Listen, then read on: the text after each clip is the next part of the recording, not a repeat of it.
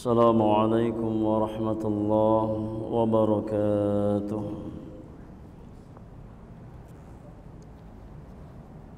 إن الحمد لله نحمده ونستعينه ونستغفره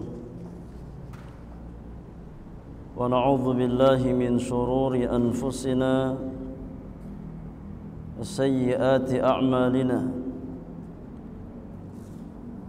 من يهده الله فلا مضل له ومن يضلله فلا هادي له. أشهد أن لا إله إلا الله وحده لا شريك له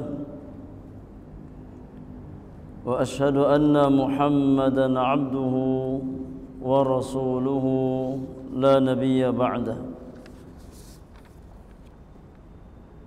يا أيها الذين آمنوا اتقوا الله حق تقاته ولا تموتن إلا وأنتم مسلمون. يا أيها الناس اتقوا ربكم الذي خلقكم من نفس واحدة وخلق منها زوجها وبث منهما رجالا كثيرا ونساء واتقوا الله الذي تساءلون به والأرحام إن الله كان عليكم رقيبا. يا أيها الذين آمنوا اتقوا الله وقولوا قولا سديدا يصلح لكم أعمالكم ويغفر لكم ذنوبكم ومن يطع الله ورسوله فقد فاز فوزا عظيما. فإن أصدق الحديث كتاب الله عز وجل وخير الهدي هدي نبينا محمد صلى الله عليه وسلم وشر الأمور محدثاتها وكل محدثة بدعة وكل بدعة ضلالة وكل ضلالة في النار. أما بعد. معاشر المسلمين والمسلمات، إخواني وأخواتي في الله rahimakumullahu ajma'in. Para jamaah sekalian, kaum muslimin dan kaum muslimat yang semoga senantiasa dirahmati oleh Allah Subhanahu wa taala. Kita bersyukur kepada Allah Jalla wa Ala yang kembali memberikan kita taufik dan hidayah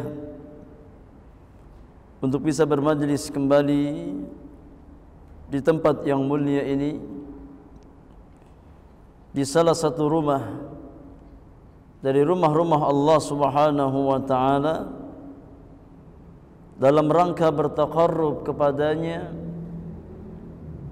menjalankan salah satu perintah yang Allah perintahkan kepada orang-orang beriman, yaitu bertalabul ilmi syar'i, mempelajari ilmu agama yang Allah wajibkan atas setiap muslim dan muslimah, sebagaimana sabda Rasulullah sallallahu alaihi wasallam, talabul ilmi fariidatun ala kulli muslimin. Menuntut ilmu, yakni mempelajari ilmu agama, adalah salah satu fariidah, salah satu amalan yang Allah wajibkan atas setiap muslim dan masuk ke dalamnya muslimah. Karena tidak mungkin kita menjalankan perintah Allah dan Rasulnya sallallahu alaihi wasallam, melainkan dengan petunjuk, melainkan dengan ilmu. Maka ilmu adalah pondasi yang dengannya seorang hamba mampu menjalankan kewajiban ubudiyah, beribadah kepada Allah Subhanahu wa taala, yang kita diciptakan oleh Allah untuk perkara tersebut, untuk beribadah kepada Allah Subhanahu wa taala. Sebagaimana firman Allah tabaraka wa taala di surat Az-Zariyat ayat yang ke-56, "Wa ma khalaqtul jinna wal insa illa liya'budun." Dan tidaklah aku menciptakan jin dan manusia kecuali agar mereka hanya beribadah kepadaku. Maka agar kita bisa menjalankan kewajiban ibadah kepada Allah Subhanahu wa taala, kita membutuhkan ilmu. Oleh karenanya, mendatangi majlis-majlis ilmu, duduk di majlis-majlis ilmu adalah di antara nikmat terbesar yang Allah berikan kepada seorang hamba setelah nikmat iman dan nikmat Islam.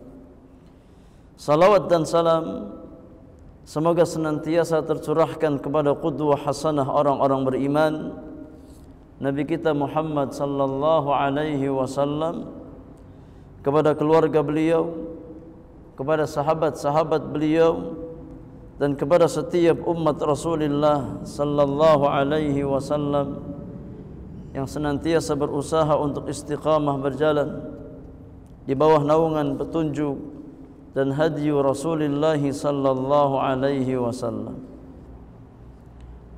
Para jamaah yang Allah muliakan, kita melanjutkan di kesempatan pagi hari ini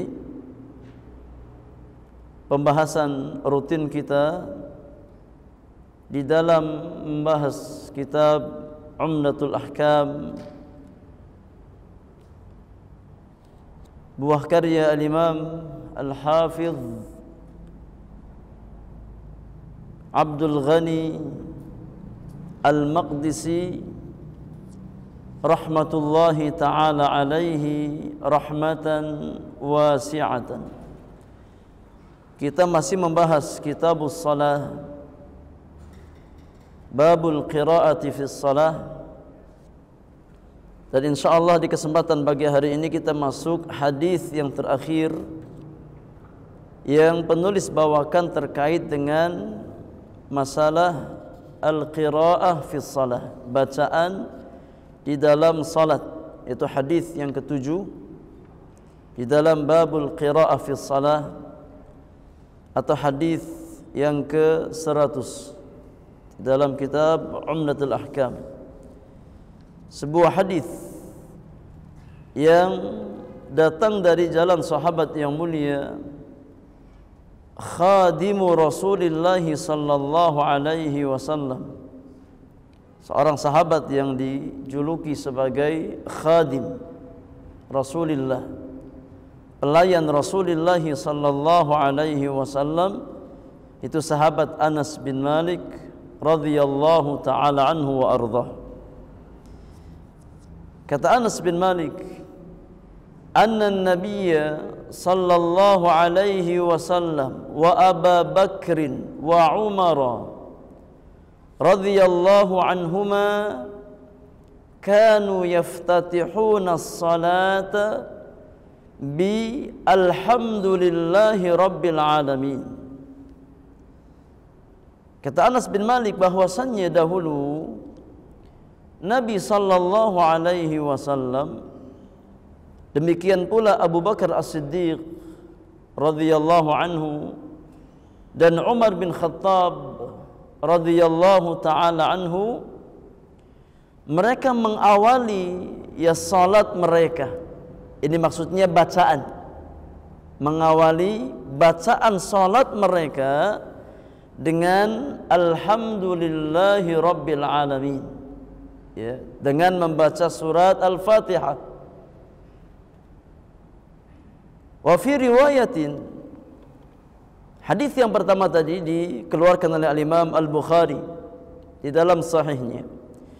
Di dalam riwayat yang lain, yakni riwayat yang dibawakan oleh Imam Muslim di dalam sahihnya, Anas berkata, "Shallaitu ma'a Abi Bakrin wa Umar wa Uthman falam asma' ahadan minhum yaqra Bismillahirrahmanirrahim."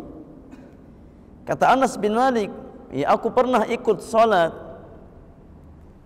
di belakang Abu Bakar As-Siddiq, di belakang Umar bin Khattab, di belakang Uthman bin Affan, ya, manusia-manusia terbaik dari kalangan sahabat Rasulullah sallallahu alaihi wasallam. Ya, orang-orang yang paling berilmu di antara sahabat Rasulullah sallallahu alaihi wasallam. Kata Anas bin Malik, aku pernah salat di belakang Abu Bakar, Umar dan Uthman, dan aku tidak pernah mendengar seorang pun dari mereka yang membaca Bismillahirrahmanirrahim. Ya, membaca Bismillahirrahmanirrahim, yakni maksudnya menjaharkan, ya, menjaharkan bacaan Bismillahirrahmanirrahim. Tapi Abu Bakar As-Siddiq, Umar bin Khattab, Uthman bin Affan ketika membaca Al-Fatihah, ya, maka mereka mensirkan bacaan basmalahnya, yang dijaharkan, ya, hanyalah dari Alhamdulillahi Rabbil Alamin dan seterusnya. Ini, ya, riwayat Anas bin Malik yang dibawakan oleh Imam Muslim di dalam sahihnya. Kata penulis Wali Muslimin, di dalam riwayat Imam Muslim juga disebutkan,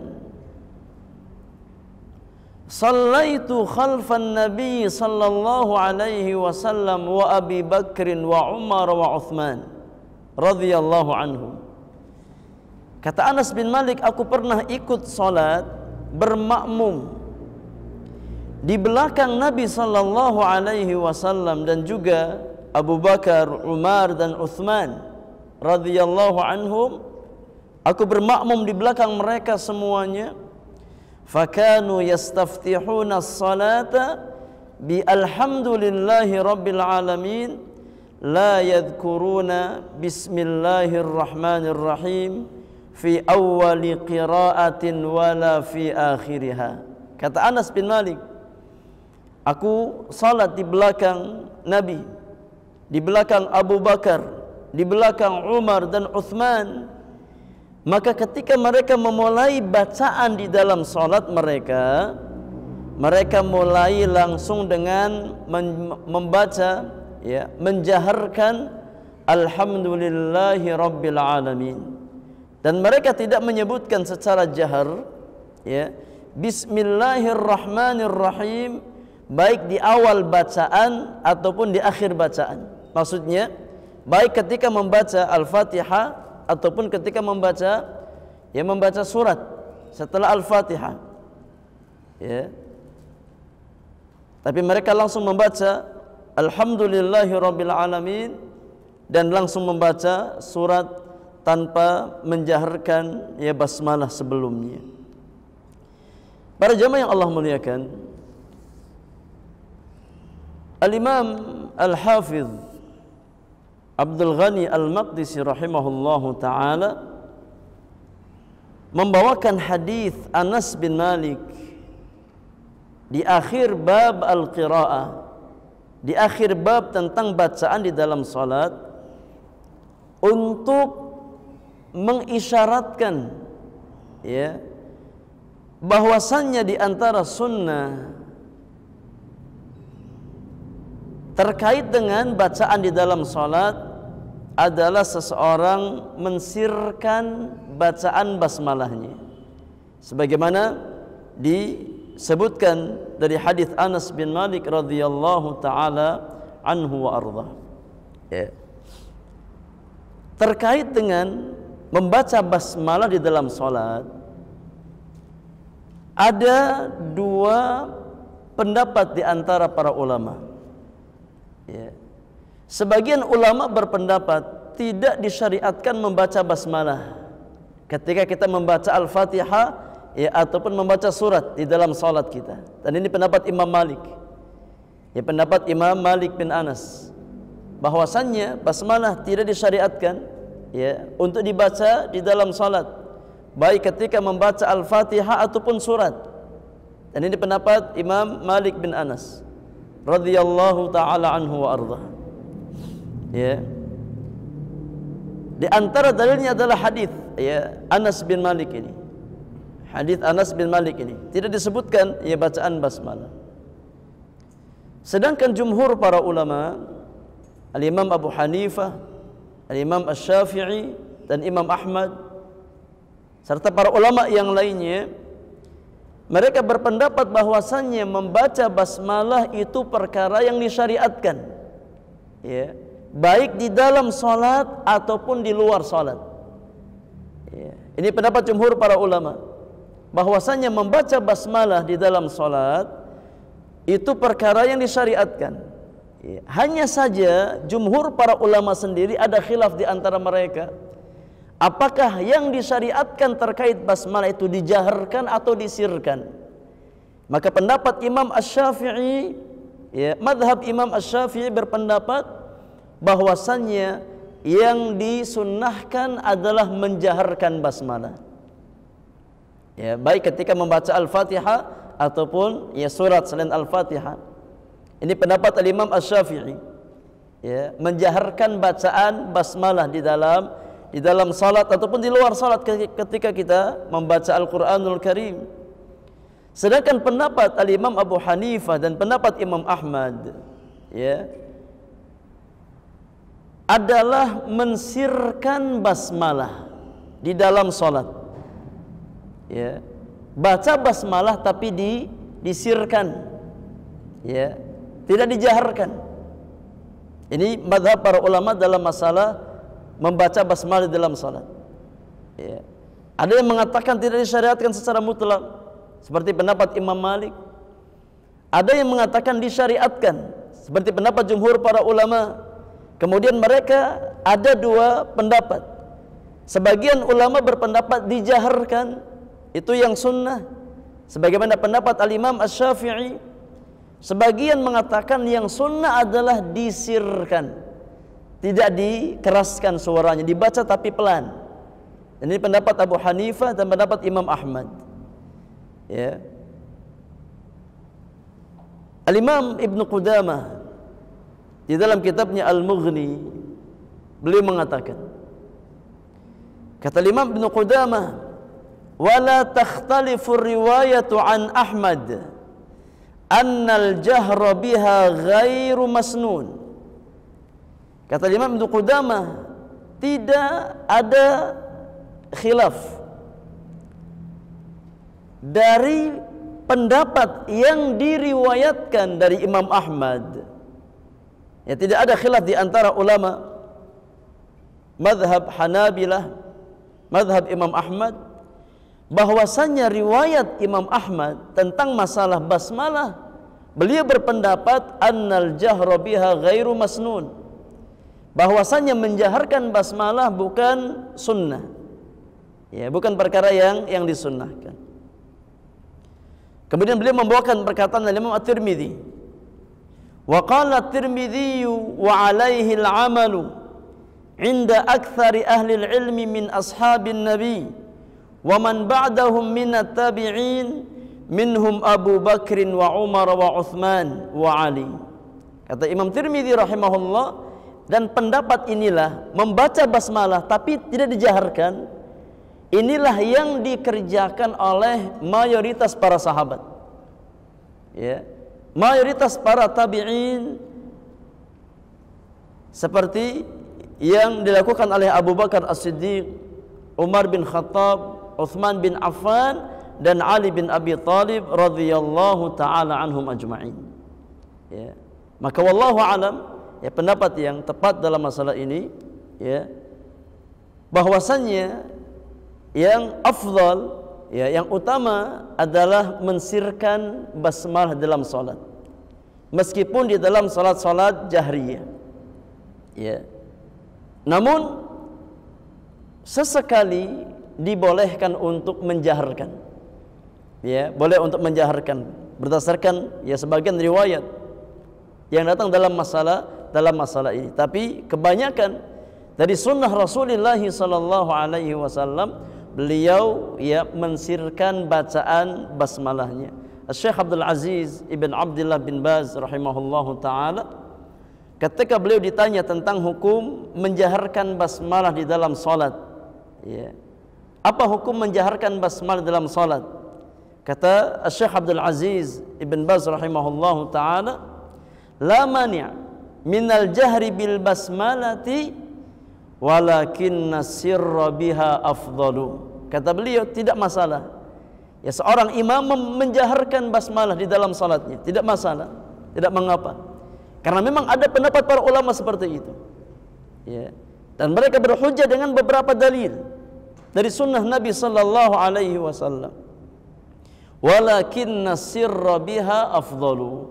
Tapi mensirkan bacaan basmalah di dalam salat itu yang lebih utama. Ya, maka masalah menjaharkan basmalah atau mensirkan ini di antara masalah khilafiyah, ya, yang sa'ighah di antara para ulama, ya khilaf yang sa'igh, ya khilaf yang dibangun di atas dalil yang kuat, ya. Maka kewajiban kita adalah saling menghormati, ya, dalam masalah-masalah seperti itu. Kalau sebagian berpendapat menjaharkan basmalah sunnah, itu pendapat mereka, silahkan, ya, diamalkan, ya. Kalau sebagian mengatakan bahwasanya yang sunnah sebagaimana ya perbuatan Nabi Abu Bakar As-Siddiq, Umar, Utsman dan Ali adalah mensirkan basmalah, maka silakan diamalkan. Ya, wallahu a'lam. Ini terkait dengan hadis Anas bin Malik, hadis yang terakhir yang penulis bawakan di dalam bab al-qiraah fi shalah. Ya. Kemudian jemaah yang Allah muliakan, bab yang berikutnya di antara bab yang penulis bawakan di dalam kitabus shalah adalah babu sujudis sahwi, bab tentang masalah sujud sahwi. Ya, sujud sahwi.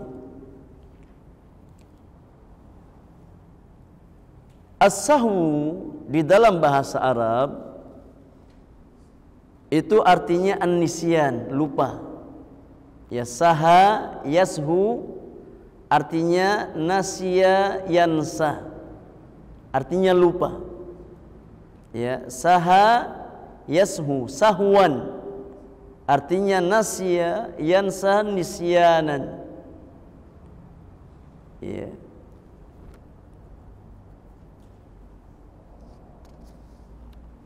Dan Nabi sallallahu alaihi wasallam di antara hikmah, ya, yang Allah tetapkan bahwasanya setiap manusia itu terkadang enggak luput dari sifat lupa. Hatta dia seorang nabi. Ya, apalagi manusia biasa. Apalagi manusia biasa. Ya. Dan itu di antara karakteristik, ya, makhluk. Bahwasanya ilmu yang kita miliki itu berada di antara dua perkara. Yang pertama adalah kejahilan, yang kedua adalah sifat lupa. Kata para ulama, ilmul insani bainal jahli wan nisyani. Ilmul insani bainal jahli wan nisyani. Ilmu manusia, ya, ilmu seorang insan itu terletak di antara al-jahl, kebodohan. Sebelum dia berilmu dia bodoh. Kemudian dia belajar, dia pun tahu. Ya. Setelah dia tahu, ya seringkali ilmunya hilang karena faktor apa? Karena faktor lupa. Itulah ilmu makhluk. Ya, maka yang tidak pernah lupa sama sekali hanyalah Rabbul Alamin. Yang tidak pernah lupa sama sekali hanyalah Allah Subhanahu wa taala. Allah Subhanahu wa taala berfirman, "Wa ma kana rabbuka nasiyya." Ya, dan Rabbmu tidak pernah lupa. dan tidak mungkin lupa. Ya. Karena kesempurnaan sifat Allah Subhanahu wa taala, kesempurnaan ilmunya Allah Subhanahu wa taala, ya, ilmu Allah ilmu yang tidak diawali dengan kebodohan, kejahilan, dan tidak diakhiri dengan sifat lupa. Ya, ilmu yang sangat sempurna. Beda dengan ilmunya makhluk. Ya, sebelum kita tahu, kita enggak tahu. Sebagaimana firman Allah Subhanahu wa taala, "Wallahu akhrajakum min butuni ummahatikum la ta'lamuna syai'a." Dialah Allah Subhanahu wa taala yang mengeluarkan kamu dari rahim ibu-ibu kamu dalam kondisi kamu tidak mengetahui sesuatu apapun. Ya, ketika kita terlahir di dunia ini, kita nggak tahu apa-apa. Ya, nggak tahu apa-apa. Kemudian ya orang tua kita mengajarkan kita berbicara, berinteraksi, akhirnya kita tahu. Itulah ilmu manusia. Ya, setelah tahu seringkali hilang ilmu itu karena faktor lupa. Ya. Maka inilah yang membedakan antara ilmu al-khaliq dengan ilmu al-makhluk. Ya, ilmu al-khaliq, ilmu Allah Subhanahu wa taala tidak diawali dengan kebodohan atau ketidaktahuan dan tidak diakhiri dengan kelupaan. Ya, sedangkan ilmu makhluk, ilmu manusia diawali dengan kebodohan, ya, dan seringkali diakhiri dengan faktor lupa. Ya, sebagaimana sifat lupa terjadi kepada manusia biasa, maka sifat atau ya, lupa itu juga terjadi pada Rasulullah sallallahu alaihi wasallam. Ya. Nabi sallallahu alaihi wasallam pernah lupa, hatta di dalam salat beliau. Di dalam salat beliau. Para ulama kita menjelaskan bahwasannya ketika Nabi sallallahu alaihi wasallam lupa, ya, maka di sana ada hikmah yang sangat banyak yang bisa kita ambil dari lupanya Nabi sallallahu alaihi wasallam. Ada hikmah yang sangat banyak. Ya. Di antara hikmah ketika Allah Subhanahu wa taala menetapkan ya sifat lupa untuk Nabi sallallahu alaihi wasallam pada sebagian perbuatan beliau, ya seperti salat, Nabi pernah lupa. Ya. Salat, di salat 4 rakaat baru 2 rakaat salat sudah salam. Ya, Nabi lupa, dikira sudah 4 rakaat. Ya, terkadang Nabi juga pernah menambah yang 4 rakaat menjadi 5 rakaat, Nabi lupa. Di antara hikmahnya kata para ulama, ketika Nabi sallallahu alaihi wasallam lupa dalam sebagian perbuatan beliau, yang pertama untuk menjelaskan bahwasannya beliau selain sebagai seorang nabi, beliau juga ya seorang manusia biasa. Ya, seorang hamba. Dan tabiat manusia ya itu lupa. Ya.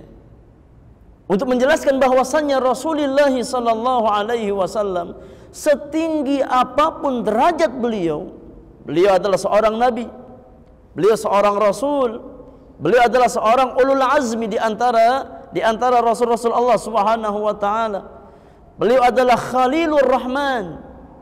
Beliau adalah pemimpin semua umat manusia di hari kiamat nanti. Ya, setinggi apapun derajat Nabi sallallahu alaihi wasallam, beliau tetap manusia biasa yang tidak punya hak untuk disembah selain Allah Subhanahu wa taala. Buktinya apa? Buktinya beliau lupa. Ya, artinya beliau manusia biasa, beliau makhluk.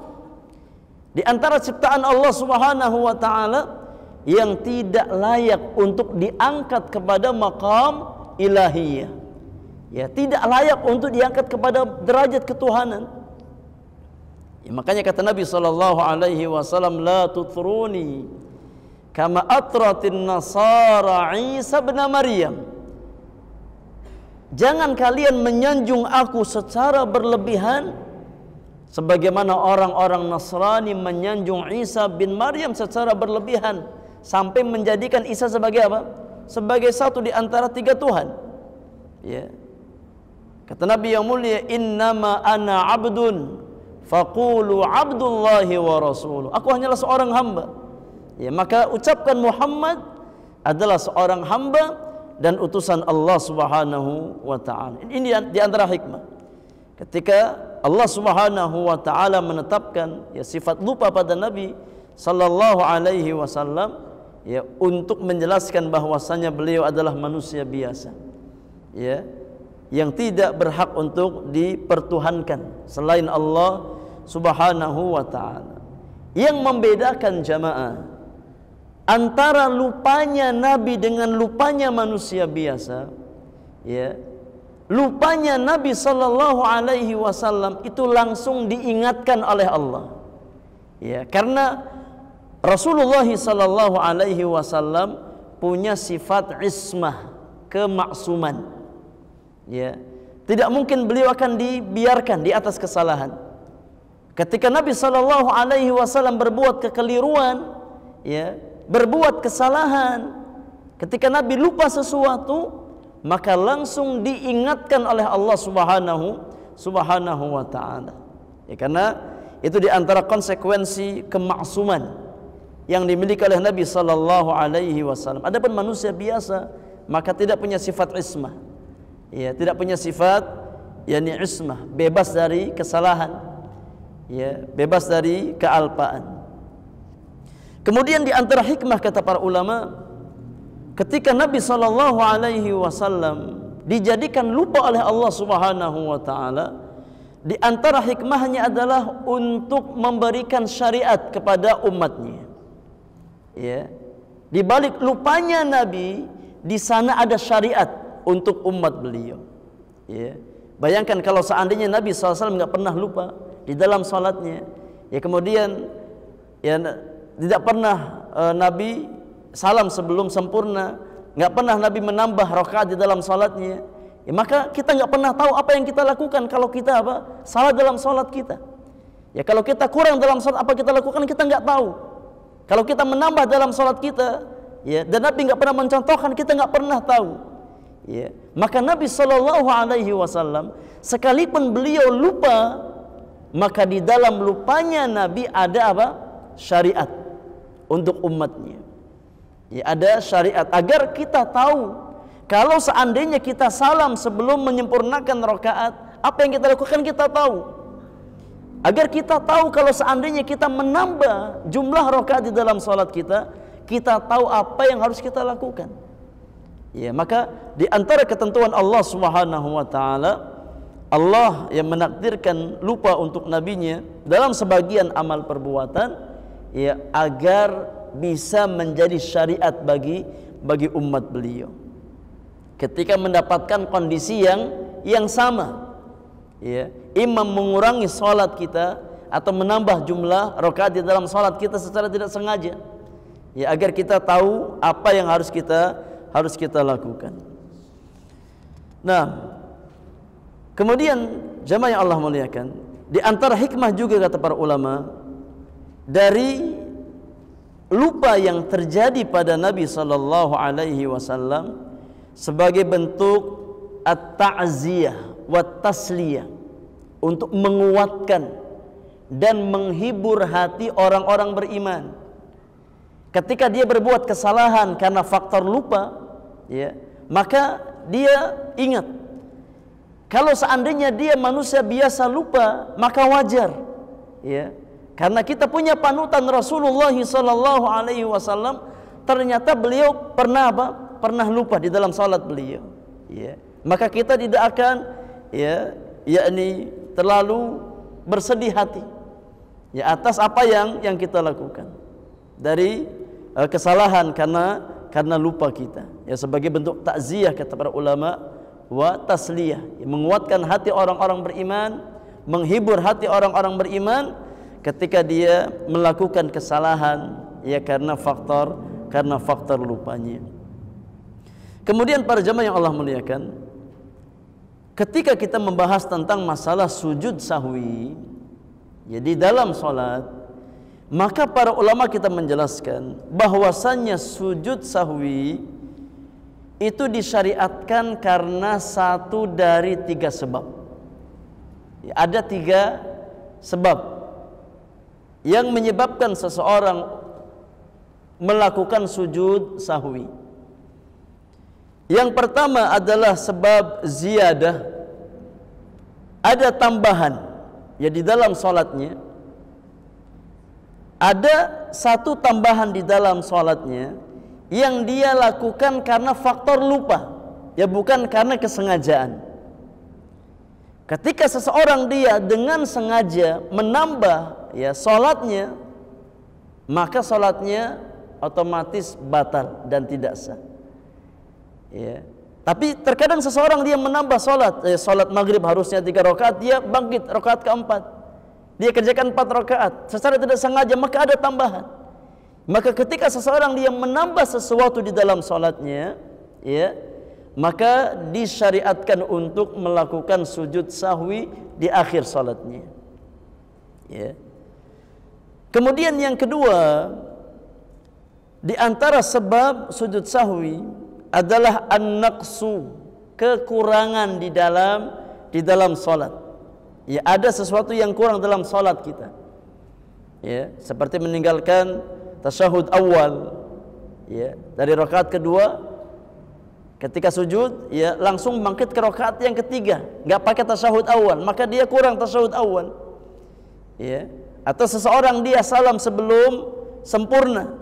Ya, salat zuhur baru 2 rakaat, tahiyat awal dikira tahiyat akhir. Akhirnya dia salam, maka kurang salatnya. Ya, maka ketika seseorang merasa kurang salatnya, ya maka di sana disyariatkan untuk sujud sahwi. Ya. Kemudian sebab yang ketiga adalah ketika terjadi syak, keraguan-raguan di dalam salat kita, ya, terkait dengan jumlah rakaat salat. Ya, kita syak, kita bangkit dari rakaat yang kedua, kemudian kita syak tadi rakaat keberapa ya? Ya sekarang ini rakaat keberapa? 3 apa 4? Ya syak, muncul keraguan-raguan. Ya seseorang dia syak, dia ragu, apakah rakaat yang dia lakukan sekarang masuk rakaat ketiga atau rakaat keempat?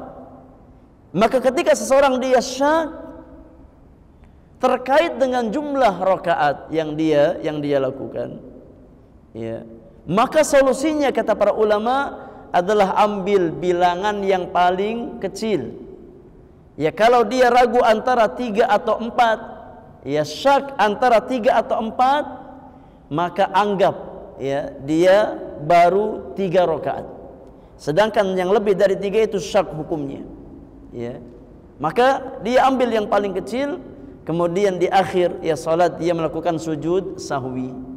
Nah, ini ya 3 sebab yang menyebabkan seseorang untuk melakukan sujud sahwi di dalam salatnya. Imma karena ada tambahan, imma karena ada kekurangan di dalam salatnya, atau yang ketiga karena ada keraguan-raguan ya di dalam salatnya. Adapun dalil tentang masalah ziyadah, tentang masalah ziyadah di dalam sujud sahwi,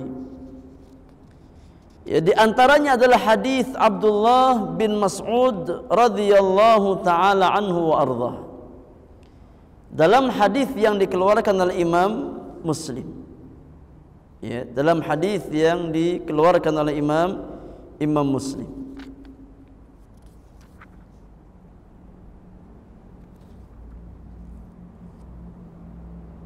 Kata Abdullah bin Mas'ud, "Shalla bina Rasulullah sallallahu alaihi wasallam khamsan."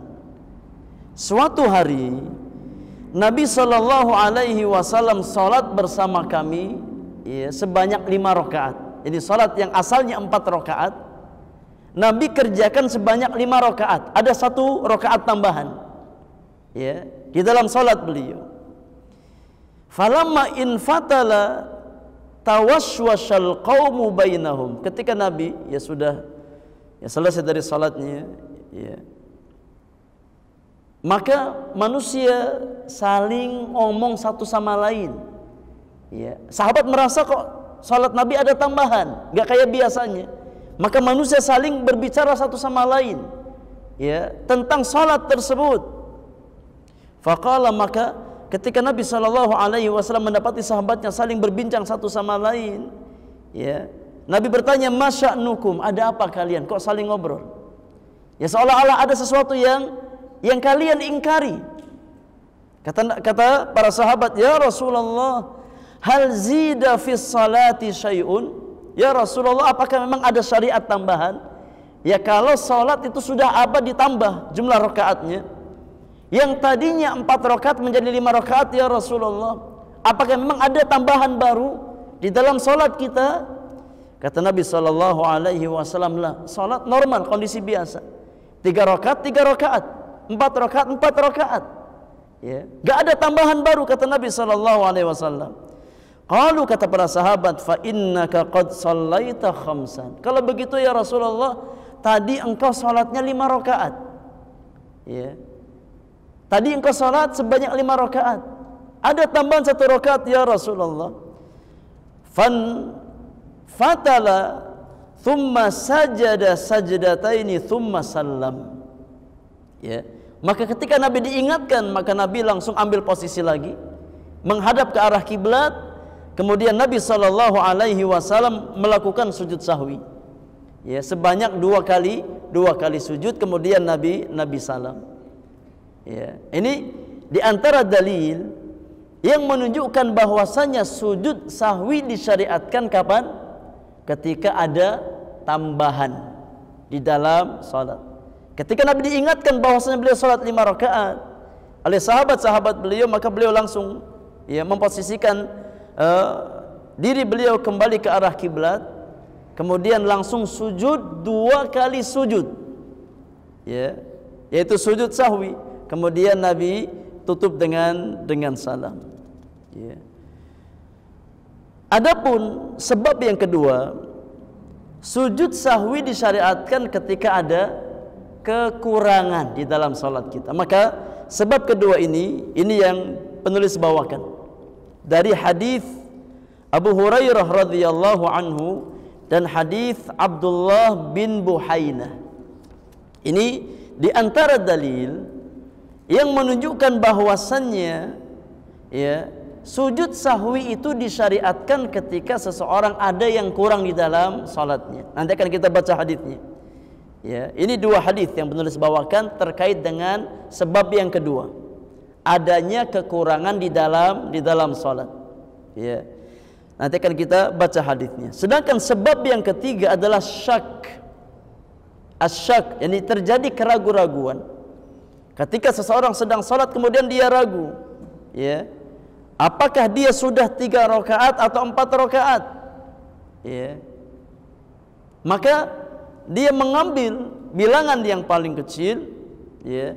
Kemudian dia sempurnakan di akhir salatnya dengan sujud sahwi.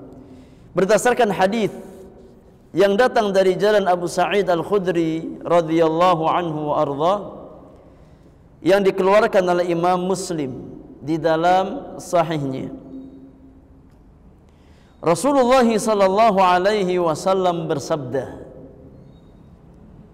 kata Nabi yang mulia, "Idza syakka ahadukum fi salatihi falam yadri kam shalla thalathan am arba'an falyatrahis syakka wal yabni ala mastayqana thumma yasjudu sajdataini qabla an yusallima."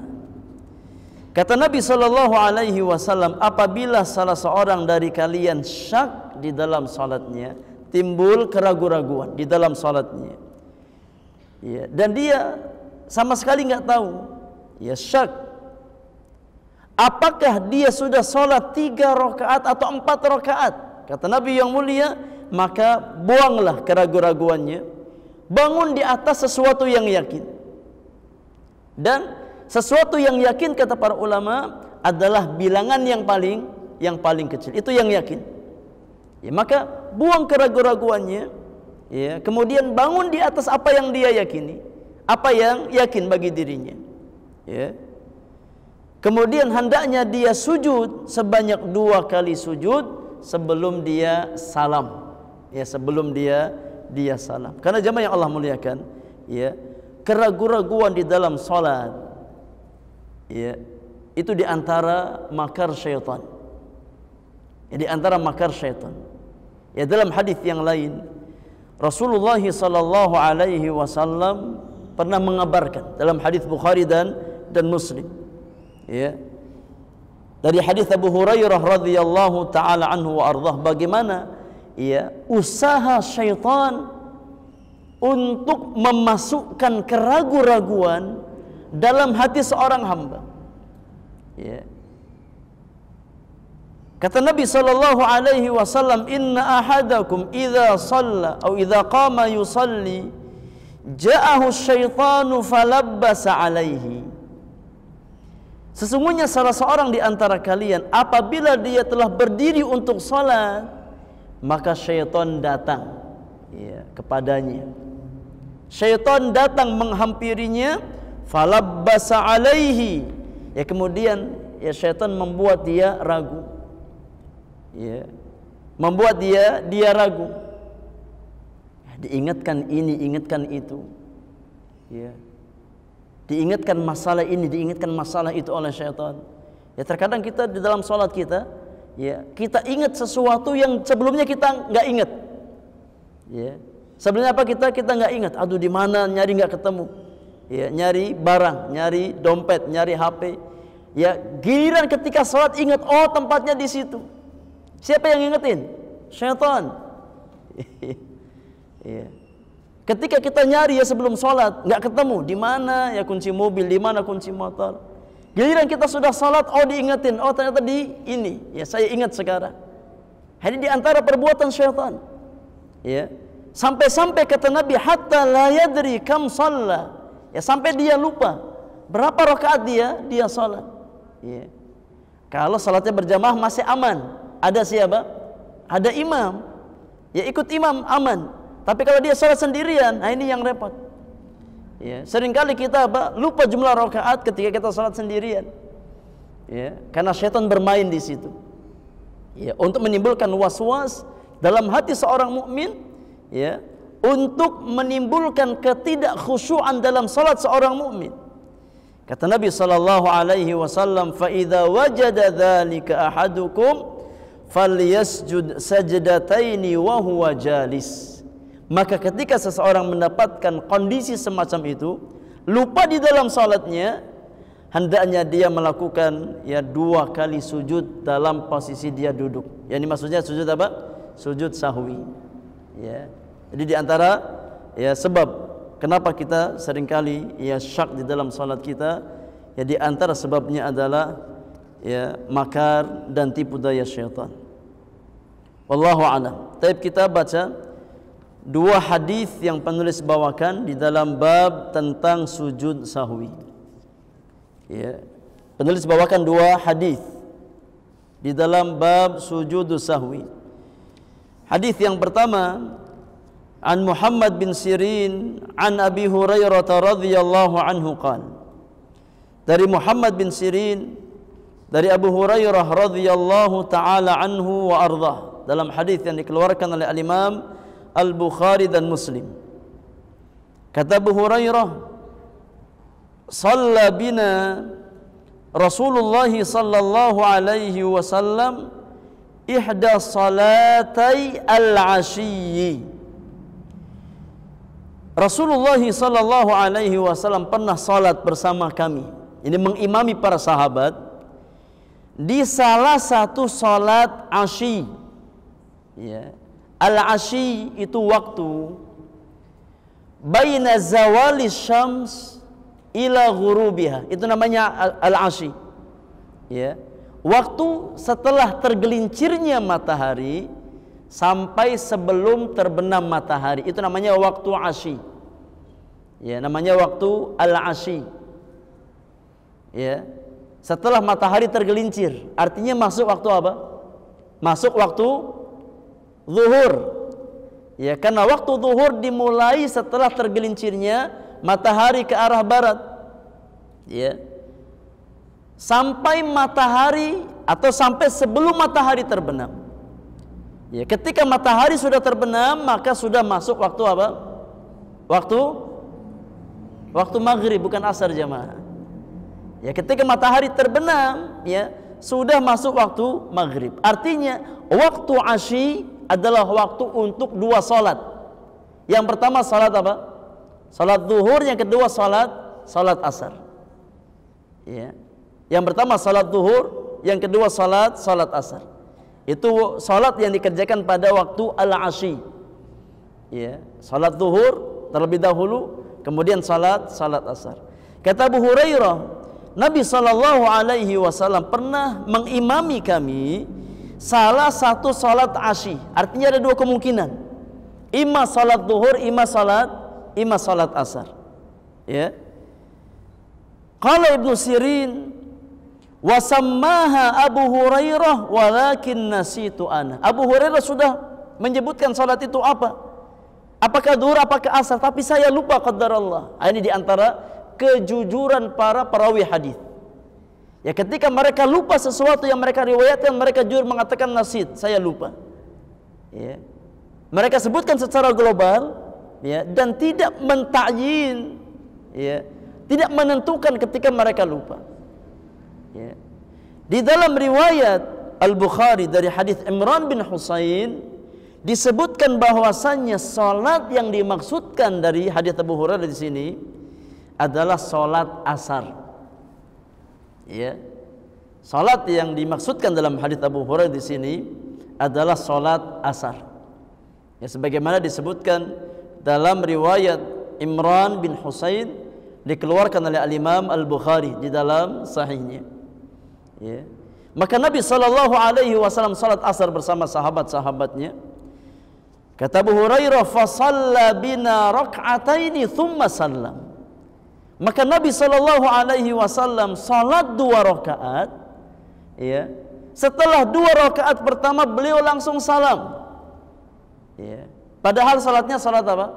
Salat asar harusnya 4 rakaat. Tapi Nabi salam di 2 rakaat pertama. Faqama ila khashabatin ma'rudatin fil masjid. Maka Nabi langsung, ya, berdiri ke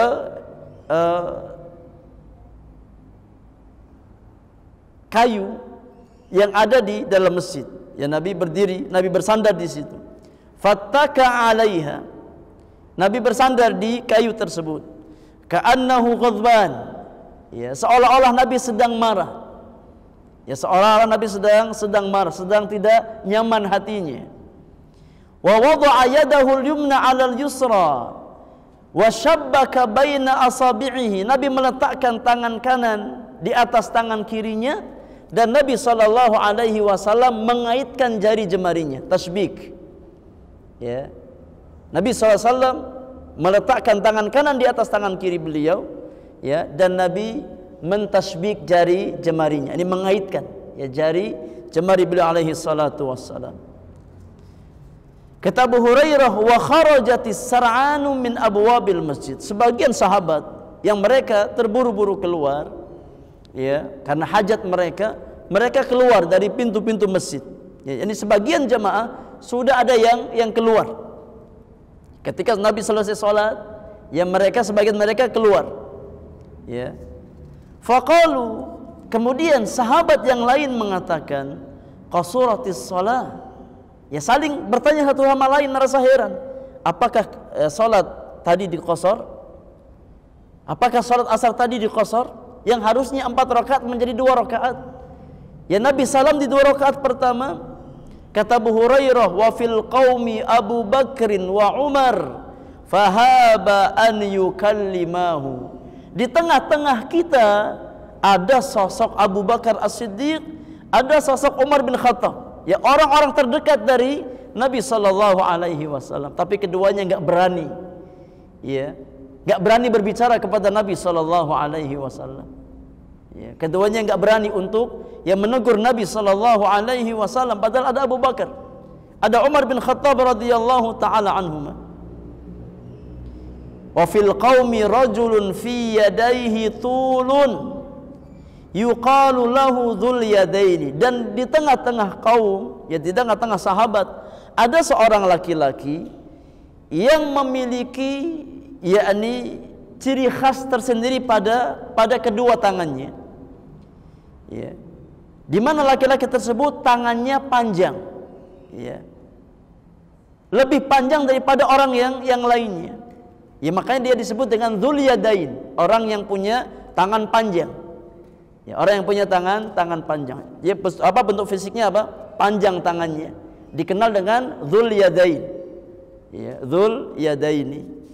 Ya, dan panjang tangan. Ya. Menurut orang-orang Arab itu yakni kiasan yang sifatnya positif. Ya. Beda dengan kita. Ya. Kalau kita mendengar kata panjang tangan, negatif atau positif? Negatif. Ya, fulan orangnya panjang tangan, artinya apa? Suka ngambil barang orang lain. Tapi ya dalam kebiasaan orang-orang Arab, ya orang yang panjang tangan artinya orang yang suka apa? Suka memberi, tangannya panjang, kasih sana kasih sini. Ya. Makanya bagi mereka, ya, al-yad at-tula, panjang tangan itu sifat yang terpuji. Ya, fulan memiliki tangan yang panjang. Ya, orang yang panjang tangan artinya suka apa? Suka ngasih.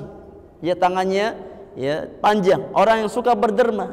Ya, tapi kita kebalikan. Ya, kalau apa kita dikatakan antum ya panjang tangan, ya masya Allah, ya antum orang kaya, antum dermawan panjang tangan, ya kita nggak terima. Kenapa? Karena dalam bahasa kita panjang tangan sifatnya negatif. Ya, bukannya memberi tapi apa? Mencuri. Itu orang panjang tangan menurut istilah kita di sini. Ya. Kata Abu Hurairah, di antara kita ada seorang laki-laki yang tangannya panjang, beda dari yang lainnya, disebut dengan dzul yadain. Dia yang berani berbicara kepada Nabi. Ya. Dia mengatakan, "Ya Rasulullah, anasita am qusiratis salah?" Wahai Rasulullah, apakah engkau tadi lupa? Ya. Atau memang sengaja salatnya diqasar jadi 2 rakaat ya Rasulullah? Apakah engkau lupa ya sehingga engkau salam sebelum waktunya, atau memang sengaja mengqasar salat asar menjadi 2 rakaat? Kata Nabi sallallahu alaihi wasallam, "Lam ansa wa lam tuqsar." Ya, saya enggak merasa lupa dan saya tidak mengqasar salat. Ya, saya salat normal ya, 4 rakaat biasa. Saya enggak merasa lupa. Ya, Nabi merasa salatnya sudah apa? Sudah 4 rakaat, sudah sempurna, maka beliau salam. Ya, kemudian Nabi tathabut, Nabi tabayun kepada sahabat-sahabat yang lain. Apakah memang benar tadi salam apa ketika 2 rakaat? Kata Nabi yang mulia, "Akama yaqulu dzul yadain?" Apakah sebagaimana yang diucapkan oleh dzul yadain? Tadi saya salat hanya 2 rakaat. Kata para sahabat, "Na'am, betul ya Rasulullah. Ya, engkau salat tadi 2 rakaat." Ya. Kita mau negur enggak enak. Ya. Kita mau negur enggak enak ya Rasulullah. Ya. Kata Abu Hurairah, "Fataqaddama fa sallama taraka thumma sallama thumma kabbara wa sajada mithla sujudihi aw atwal." Thumma rafa'a ra'sahu fakabbara thumma kabbara wa sajada mithla sujudihi aw atwal thumma rafa'a ra'sahu wa kabbara farubbama sa'aluhu thumma sallam qala fanubbi'tu ana Imran bin Husain qala thumma sallam. Ya. Kata Abu Hurairah, maka ketika Nabi diingatkan oleh sahabat-sahabatnya bahwasannya beliau tadi salat hanya 2 rakaat, maka Nabi kembali ke posisi beliau. Ya. Kembali ke tempat salat beliau, kemudian mengimami sahabat untuk menyempurnakan 2 rakaat yang belum dikerjakan.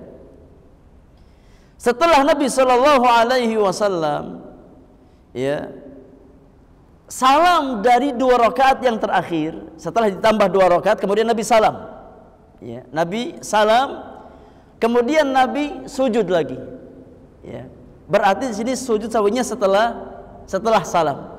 Ya, setelah beliau menambah kekurangannya 2 rakaat, kemudian salam, ya kemudian Nabi sujud sahwi. Ya, 2 kali sujud, kemudian bangkit, kemudian sujud lagi, kemudian bangkit lagi. Ya, kemudian beliau salam setelahnya. Berarti salamnya berapa kali jemaah? Berapa kali salam Nabi di waktu asar itu? 3 kali salam. Iya. Salam yang pertama di 2 rakaat pertama. Ya, salam yang kedua di 2 rakaat tambahan menyempurnakan kekurangan. Salam yang ketiga untuk apa? Sujud sahwi beliau. Ya, untuk sujud sahwi beliau. Maka ini di antara dalil ya, ketika seseorang dia ada kekurangan di dalam salatnya, dia sempurnakan salat tersebut, kemudian baru ditutup dengan sujud sahwi. Ya, ditutup dengan sujud sahwi. Wallahu a'lam. Kemudian hadis yang kedua yang penulis bawakan adalah hadis yang juga dikeluarkan oleh Al-Imam Al-Bukhari dan Muslim dari jalan Abdullah bin Buhainah radhiyallahu taala anhu wa ardhah. Wa kana min ashabin Nabi sallallahu alaihi wasallam. Dan Abdullah bin Buhainah ini ya salah satu sahabat di antara sahabat-sahabat Rasulullah sallallahu alaihi wasallam. Kata Abdullah bin Buhainah, anna an-nabiy sallallahu alaihi wasallam shalla bihimudz zuhra. Bahwasanya suatu hari Nabi pernah mengimami para sahabat untuk salat zuhur. Ya, Nabi pernah mengimami para sahabatnya untuk mengerjakan salat zuhur.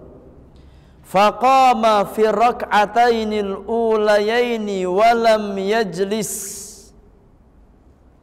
Kemudian di 2 rakaat pertama yang harusnya Nabi duduk tasyahud awal, Nabi langsung bangkit ke rakaat yang ketiga. Ya, tidak mengerjakan tasyahud awal setelah sujud di rakaat yang kedua, sujud yang kedua.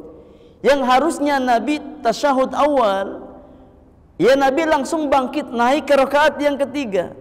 Faqaman nasu ma'ahu. Maka para makmum, para sahabat ya ikut bangkit bersama Nabi sallallahu alaihi wasallam. Hatta idza qada as-salata wa intadhara an-nasu taslimahu.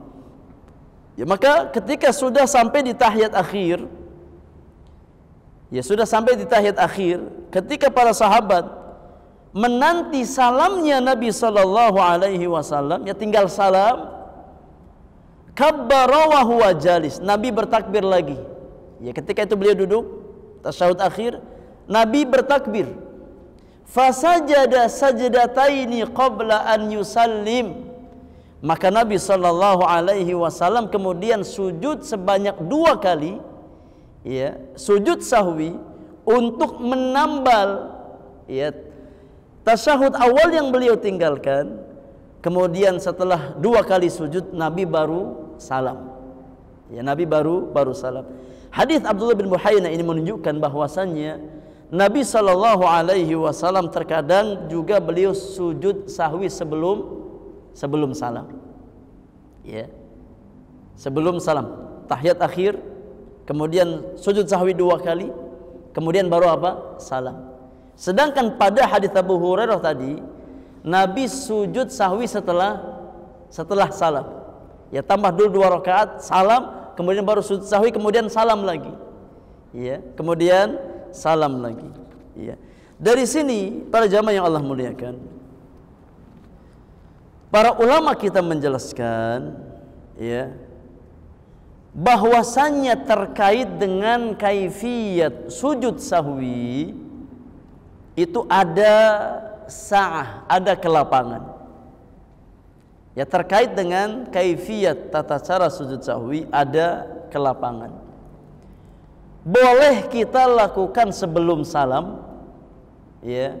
Kalau kita ingat ada kekurangan di tengah salat kita, sebelum salam kita ingat, ya kita sempurnakan. Ya, kemudian kita sujud sahwi sebelum salam, boleh. Ya. Boleh juga kita sujud sahwi setelah salam dari salat kita. Ya, perkaranya lapang. Boleh. Karena kedua-duanya datang contoh dari Nabi sallallahu alaihi wasallam. Ya, kalau mau kita sujud sahwi sebelum salam diperbolehkan. Ya, kalau mau kita sujud sahwi setelah salam itu pun diperbolehkan. Ya, maka dua-duanya boleh. Imma setelah salam imma sebelum salam. Ya, wallahu a'lam. Adapun terkait dengan tata caranya, maka para ulama kita menjelaskan bahwasannya tata cara sujud sahwi, ya, dan bacaan sujud sahwi itu sama seperti apa yang kita baca di dalam sujud di salat kita. Ya. Yang kita baca ketika sujud sahwi adalah apa yang kita baca di dalam salat kita. Karena memang tidak ada ya dalil yang sharih, yang sahih yang menjelaskan bacaan khusus ketika sujud sahwi. Oleh karena kata para ulama, ketika tidak ada dalil ya yang menjelaskan bacaan tertentu yang kita baca di dalam sujud sahwi, ya, maka hukum sujud sahwi dikiaskan dengan sujud di dalam salat. Yang kita baca ketika sujud sahwi adalah apa yang kita baca di dalam sujud kita. Subhana rabbiyal a'la, subhana rabbiyal a'la, subhana rabbiyal a'la, atau subhana rabbiyal a'la wa bihamdi, subhana rabbiyal a'la wa bihamdi, subhana rabbiyal a'la wa bihamdi, atau bacaan sujud yang lain ya yang sahih dari Nabi sallallahu alaihi wasallam. Ya. Demikian pula yang kita baca ketika kita duduk di antara dua sujud. Karena ingat, ketika sujud sahwi berapa kali sujud? 2 kali sujud. Di antara dua sujud ada duduk. Ya, bisa dengan duduk di antara dua sujud sahwi itu. Ya, maka bacaan ketika kita duduk di antara dua sujud sahwi itu pun bacaan yang kita baca di antara dua sujud di dalam salat kita. Ya, bisa kita baca Rabbighfirli, Rabbighfirli. Ya, hukumnya sama. Ini terkait dengan yang masalah sujud sahwi. Faham jamaah? Gampang ya? Ya, insyaallah mudah. Jadi sujud sahwi itu dilakukan sebanyak 2 kali. Ya. Di antara kedua sujud ada ya duduk di antara dua sujud. Ya. Bacaan yang kita baca di dalam sujud sahwi dan duduk di antara dua sujud sahwi sama sebagaimana yang kita baca di dalam sujud salat kita. Ya, sama persis bacaannya. Tidak ada bacaan khusus. Ya. Sebagian ulama yakni membawakan zikir khusus ketika sujud sahwi berupa bacaan subhana man la yanamu wa la yashu. Ya.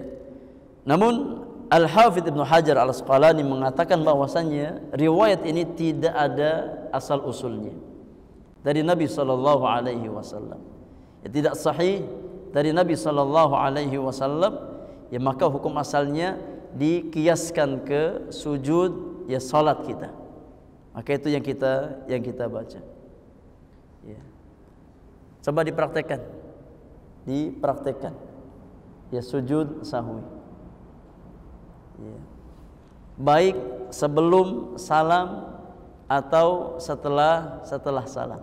Ya, sekali lagi terkait dengan sujud sahwi maka perkaranya lapang. Ya. Boleh kita lakukan sebelum salam, ya boleh kita lakukan setelah salam. Ya Allah, agilan, coba praktekkan. Sujud sahwi. Ya. Kita praktekkan di sini. Ya, sebelum salam, antum tasyahud akhir. Ya. Antum aja, antum yang praktek. Fadhal.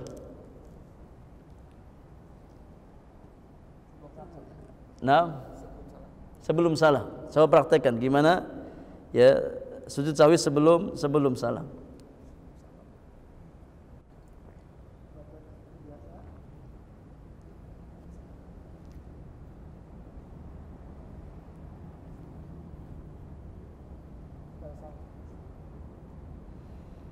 Taib, coba setelah salam.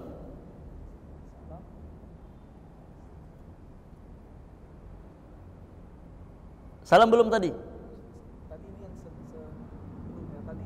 Ya sekarang setelah salam.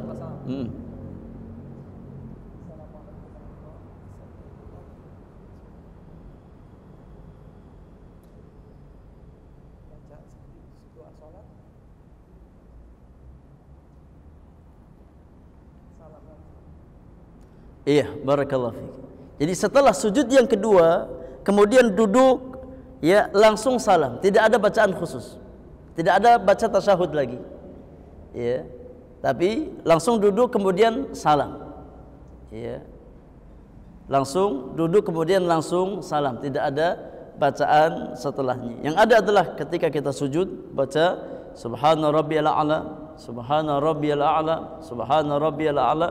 Ketika kita duduk di antara dua sujud baca rabbighfirli, rabbighfirli, ya, atau yang lainnya di antara bacaan doa di antara dua sujud, kemudian sujud lagi subhana rabbiyal a'la, subhana rabbiyal a'la, subhana rabbiyal a'la, kemudian duduk langsung salam, ya, langsung salam. Wallahu a'lam. Tapi kita ambil faidah, ya, kita ambil faidah dari dua hadis yang penulis bawakan di dalam bab tentang sujud sahwi. Di antara faidah yang bisa kita ambil, yang pertama, hadis ini menjelaskan bahwasannya Rasulullah sallallahu alaihi wasallam bisa mengalami lupa. Sebagaimana kita jelaskan, ya. Nabi sallallahu alaihi wasallam pernah mengalami lupa. Ya. Dan hikmahnya, ya, untuk menjelaskan beliau adalah manusia biasa yang tidak boleh diangkat pada derajat ketuhanan. Hikmahnya adalah untuk memberikan syariat kepada umat beliau. Ya, ketika terjadi kondisi yang sama, maka mereka tahu solusinya. Hikmahnya juga sebagai hiburan, ya, penguat hati orang-orang beriman. Ketika terjadi kesalahan dalam ibadah yang dia lakukan, maka dia, ya, dikuatkan dengan, ya, hadis tentang masalah ini. Ya, kalau seandainya Nabi bisa lupa, apalagi kita manusia biasa yang banyak dosa, ya, maka kewajiban kita adalah bertaasi, ya, meneladani dan mencontoh Rasulullah sallallahu alaihi wasallam. Di antara pelajaran yang lain yang bisa kita ambil, bahwasanya tasyahud awal itu bukan termasuk rukun di antara rukun-rukun salat. Ya. Sehingga ketika ditinggalkan, maka cukup diganti dengan sujud sahwi. Ya. Kalau seandainya tasyahud awal itu termasuk rukun, maka tidak cukup diganti dengan sujud sahwi, tapi harus diulang. Ya, tapi prakteknya tidak. Nabi sallallahu alaihi wasallam dalam hadis Abdullah bin Buhainah, ya, beliau hanya menambal, ya, kekurangan pada tasyahud awal yang beliau tinggalkan dengan sujud sahwi di akhir salat. Ini menunjukkan bahwasanya tasyahud awal itu bukan termasuk rukun di antara rukun-rukun salat. Nah, wallahu a'lam. Kemudian faidah yang terakhir yang bisa kita ambil dari dua hadis yang penulis bawakan. Hadis di atas menjelaskan, ya, bahwasannya salam itu dilakukan langsung setelah sujud sahwi yang kedua. Dan setelah sujud yang kedua, maka langsung salam. Ya, tidak ada tasyahud, tidak ada bacaan khusus, ya, sebelum salam dari tasyahud, dari sujud sahwi. Ya, yang ada adalah bacaan ketika kita sujud dan ketika duduk di antara dua sujud. Adapun, ya, setelah bangkit dari sujud yang kedua, maka langsung salam. Ya, tidak ada bacaan-bacaan tertentu. Wallahu a'lam. Baik, kemudian bab yang berikutnya, bab tentang larangan untuk berjalan di depan orang yang sholat. Ya, larangan untuk berjalan di depan orang yang sholat. Pada bab ini penulis membawakan 4 buah hadis di antara hadis-hadis Rasulullah sallallahu alaihi wasallam. Hadis yang pertama yang penulis bawakan adalah hadis yang dikeluarkan oleh Al-Imam Al-Bukhari dan Muslim di dalam kedua sahihnya dari Abu Juhaim Ibn Simmah Al-Ansari radhiyallahu ta'ala anhu wa ardah.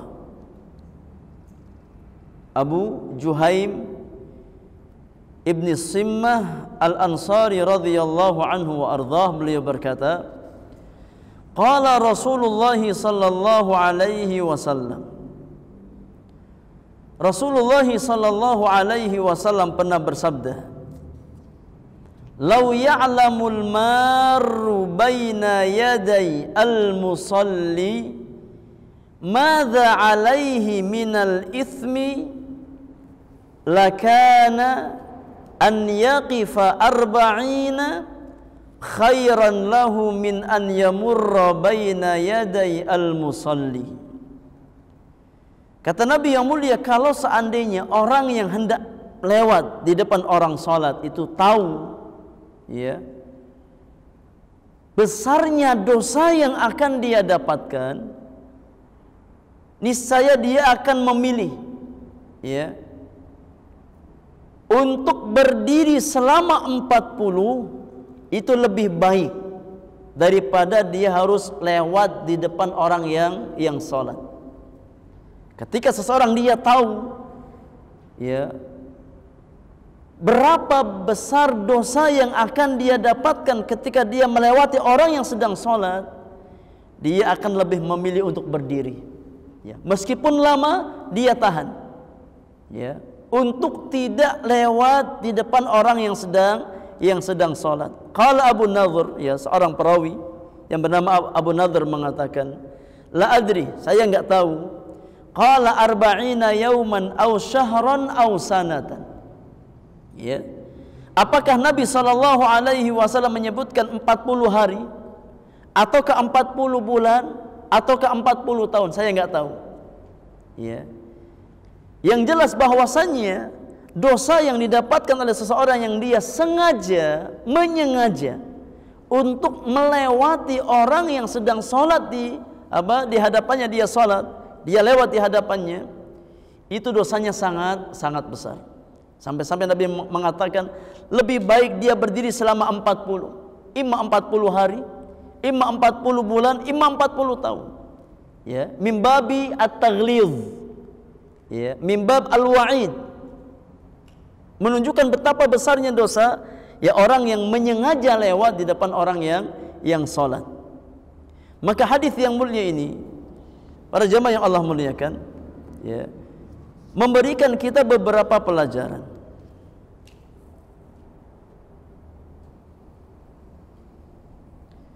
Yang pertama, diharamkan, ya, haram hukumnya seseorang lewat di depan orang yang sedang sholat, ya, karena Nabi Shallallahu Alaihi Wasallam menyebutkan dosa, ya, dari perbuatan tersebut. Ketika seseorang dia lewat di depan orang yang sedang sholat, Nabi sebutkan ya dosa.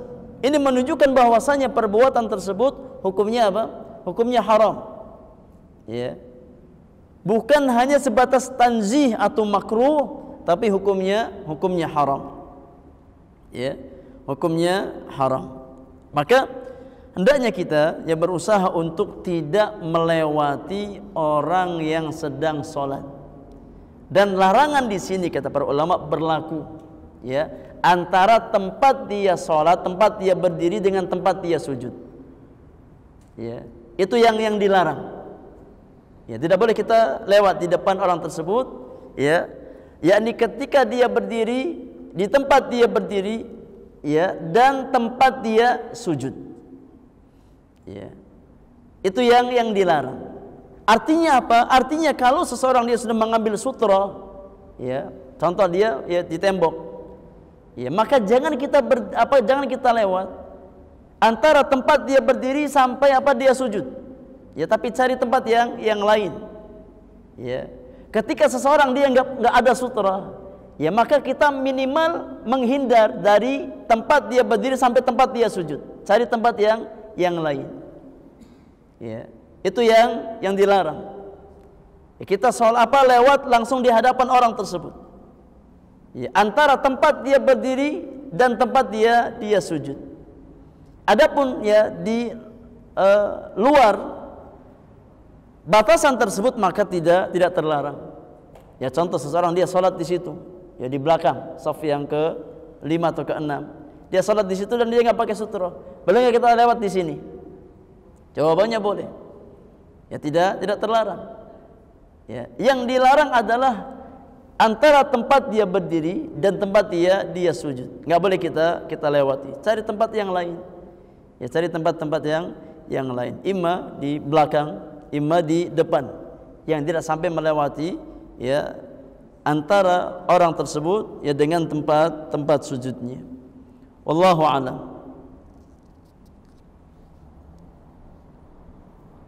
Para ulama kita menjelaskan ya seperti Syekhul Islam Ibn Taimiyah rahimahullahu taala terkait dengan kondisi khusus ya seperti di Masjidil Haram.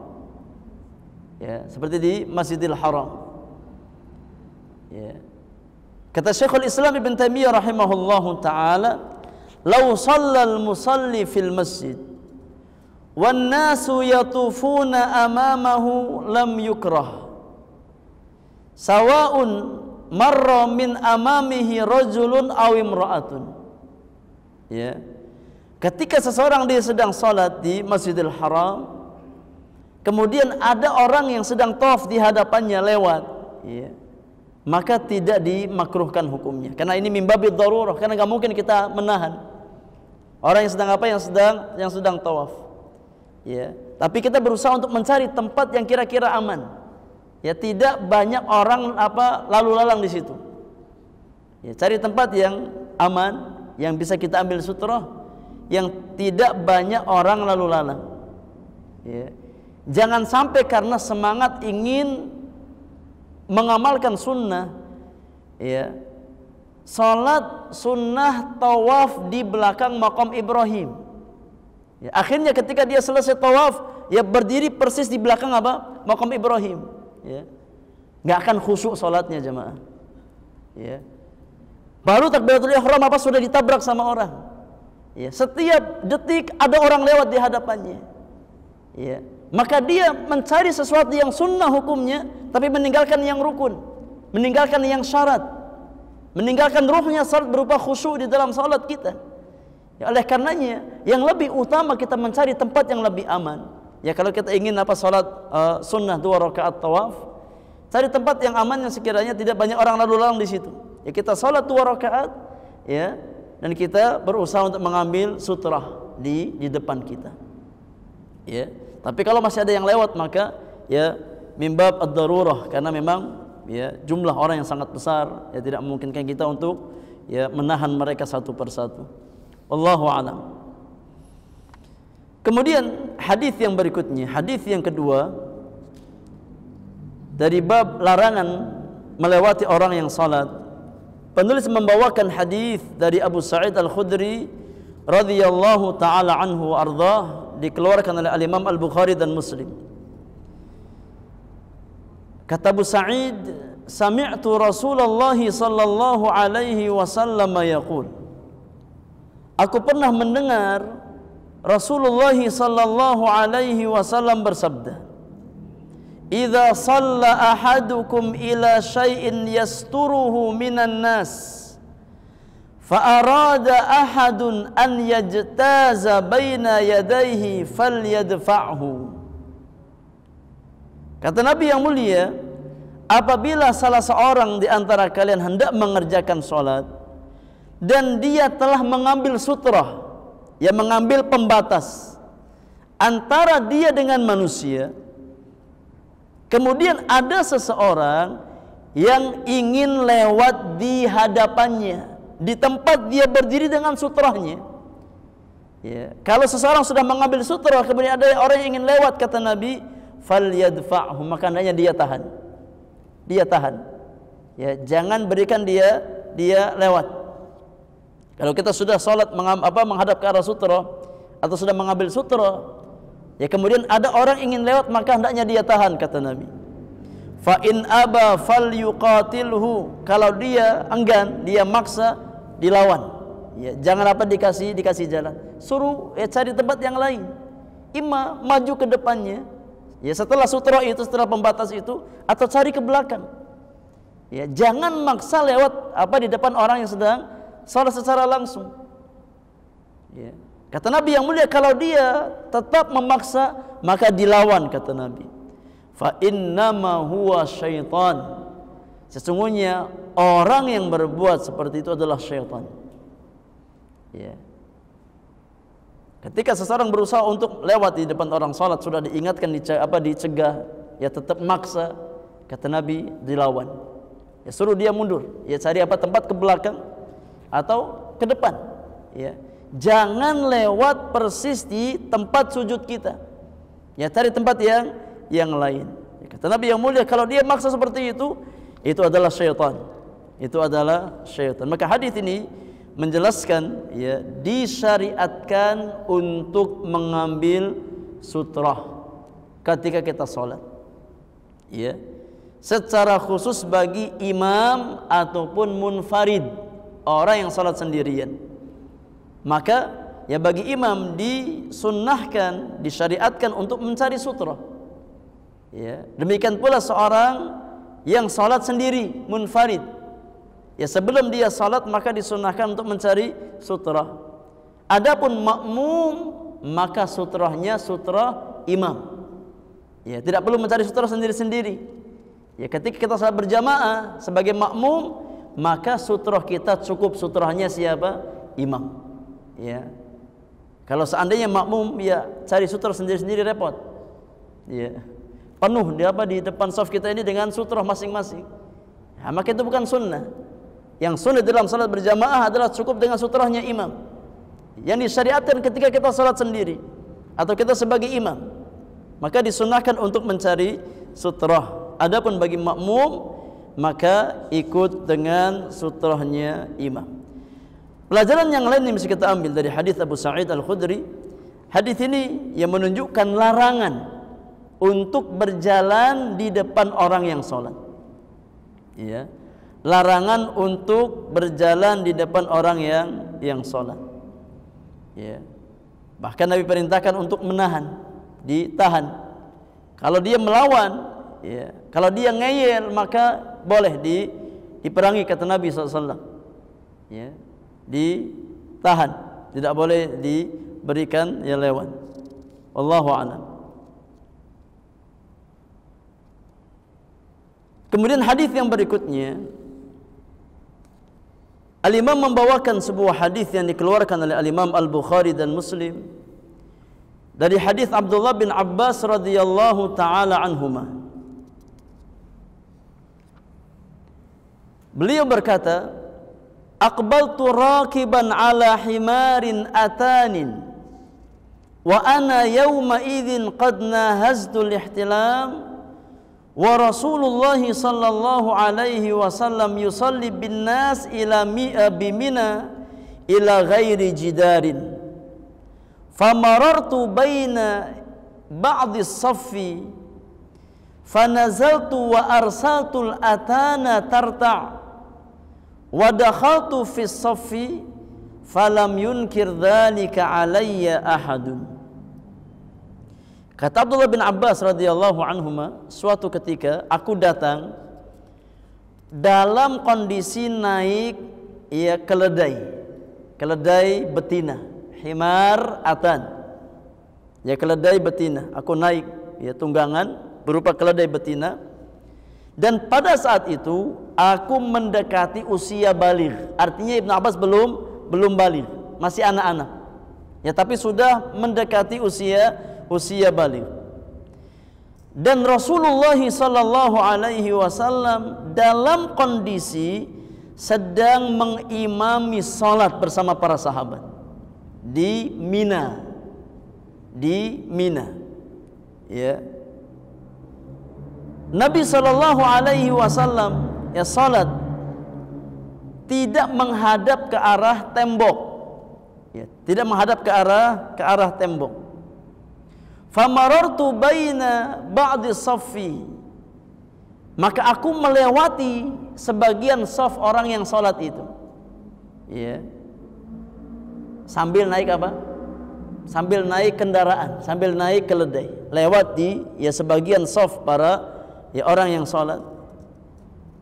Kemudian aku turun, kata Ibnu Abbas, dan aku lepaskan ya keledai tadi untuk dia mencari makanan sendiri.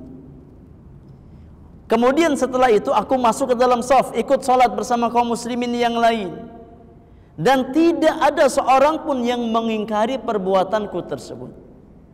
Dari sini para ulama menjelaskan bahwasannya di dalam salat berjamaah yang dilarang adalah lewat di hadapan imam, ya.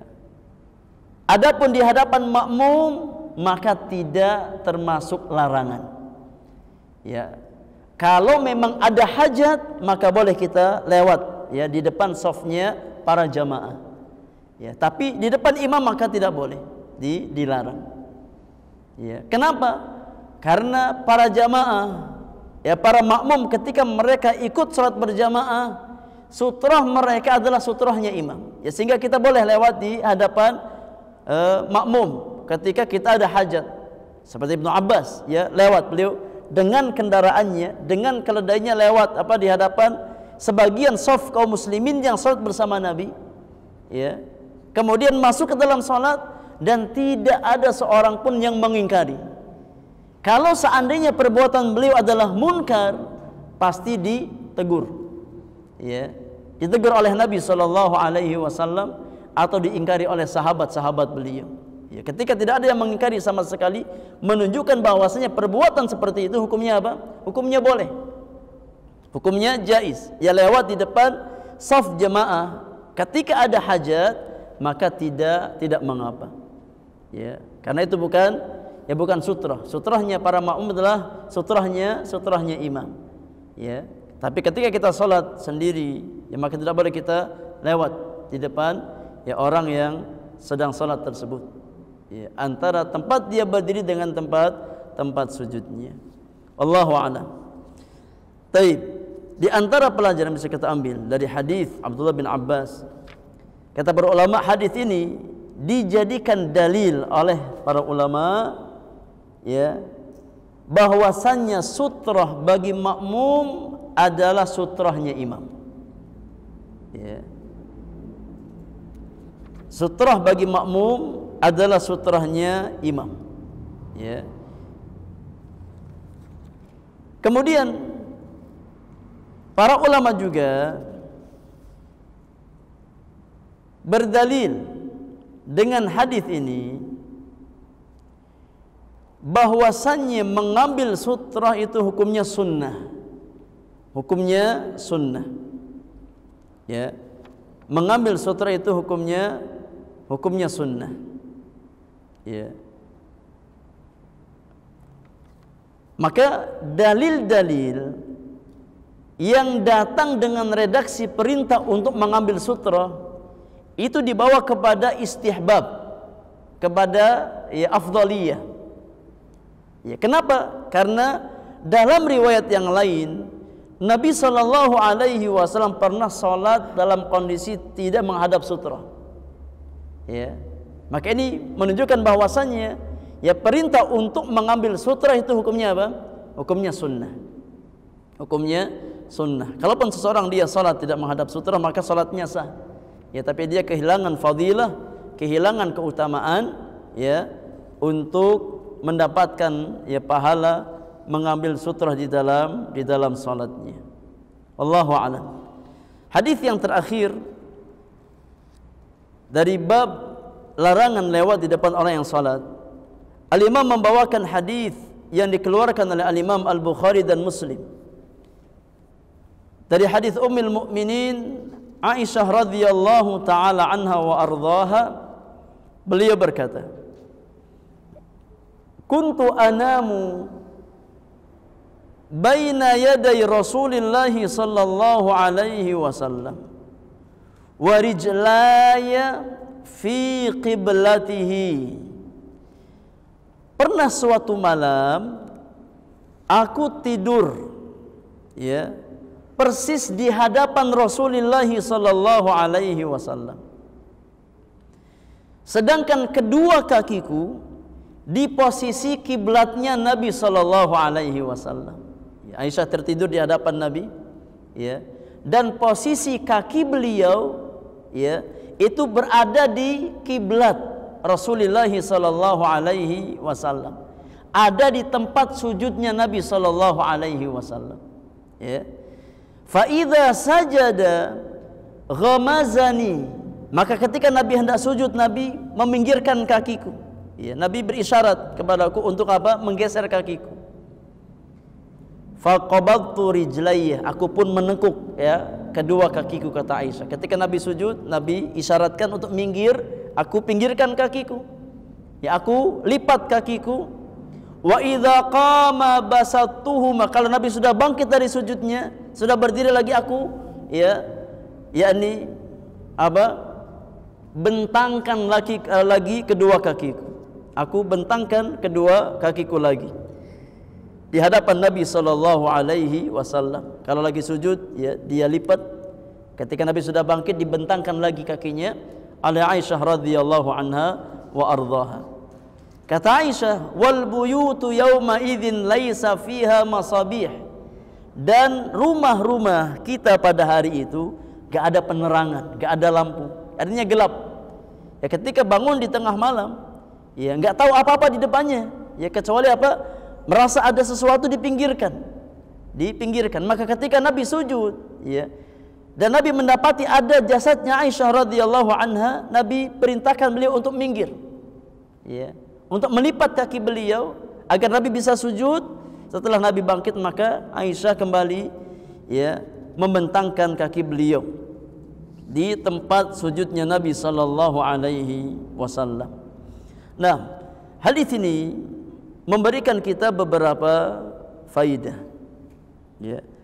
Ketika seseorang, yakni tinggal di tempat yang sempit, sebagaimana rumah Nabi sallallahu alaihi wasallam, maka boleh seseorang salat di hadapannya, ya, ada istrinya yang sedang tidur. Boleh. Ya, ketika memang enggak ada pilihan lain, ya, tempat sempit, ya, rumah yang sempit, maka boleh seseorang dia salat di hadapannya ada istrinya yang sedang tidur. Ya, kalau seandainya harus menggeser, ya, maka diisyaratkan untuk apa? Untuk bergeser. Ya, kalau enggak sadar, ya, karena tidurnya, ya, maka diberikan isyarat untuk apa? Menggeser kakinya. Kemudian kalau dia kembali lagi, ya, memposisikan kakinya di tempat sholatnya, maka digeser lagi ketika hendak sujudan seperti itu, ya, tidak mengapa, dan itu tidak membatalkan sholat, tidak membatalkan sholat. Ya. Demikian pula, ya, hadis ini menjadi dalil bahwasanya sebatas bersentuhan antara kulit seorang suami dengan kulit seorang istri tidak membatalkan wudu, ya, seseorang. Ya, lihat, kalau seandainya sebatas bersentuhan itu membatalkan wudu, maka Nabi akan mengulang wudunya. Ya, setelah meminta Aisyah untuk menggeser, ya, tubuhnya, Nabi akan apa? Mengulang, ya, wudu beliau. Ya. Maka hadis ini di antara dalil yang menunjukkan bahwasannya sebatas bersentuhan antara kulit seorang suami dengan kulit seorang istri, ya, tidak sampai membatalkan salat seseorang atau tidak sampai membatalkan wudu seseorang. Ya, karena kalau sampai membatalkan wudu, pasti Nabi, ya, akan menjelaskan hukumnya. Nabi akan, ya, berwudu lagi ketika menyentuh Aisyah radhiyallahu anha wa ardhaha. Nah, wallahu a'lam. Di antara faedah juga, hadis ini menjelaskan kesederhanaan kehidupan manusia termulia Nabi kita Muhammad sallallahu alaihi wasallam. Ya. Manusia termulia, Rasul termulia, pemimpin umat manusia di hari kiamat, ya, beliau memilih hidup dengan penuh kesederhanaan, ya, tempat tinggal yang tidak luas, ya.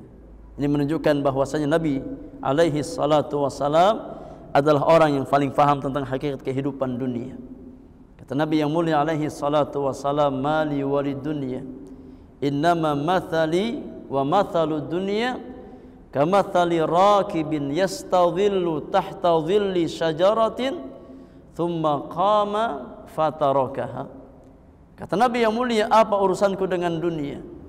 Sesungguhnya ya, perumpamaan antara aku dengan dunia tidak lain seperti seorang yang musafir di terik ya panas matahari, dia berteduh di bawah naungan pohon. Ya, setelah dia melepaskan penatnya, maka dia kembali berjalan melanjutkan safarnya. Itulah dunia. Ya, kita tinggal hanya sebentar. Ya, hanya mungkin 60 tahun, maksimal 70 tahun kata Nabi yang mulia. Ya, umur umat beliau berkisar antara 60 sampai 70 tahun. Ya. Dan sedikit di antara mereka yang melebihi batasan 70 tahun ya dari umat Rasulullah sallallahu alaihi wasallam. Itu pun sangat sebentar. Ya, umur 60 tahun, umur 70 tahun ya sangat-sangat singkat di dunia ini. Ya, maka dunia sebatas wasilah, sebatas jembatan untuk ya kita mencapai kehidupan yang sesungguhnya. Maka orang-orang beriman diajarkan oleh Allah dan Rasulnya sallallahu alaihi wasallam untuk menjadikan dunia sebagai wasilah bertakwa kepada Allah, bukan menjadikan dunia sebagai ghayah, sebagai tujuan dalam kehidupan kita. Tapi dunia hanya sebatas wasilah, ya, agar kita mendapatkan kebahagiaan di dalam kehidupan akhirat kita. Wallahu taala a'lam bissawab.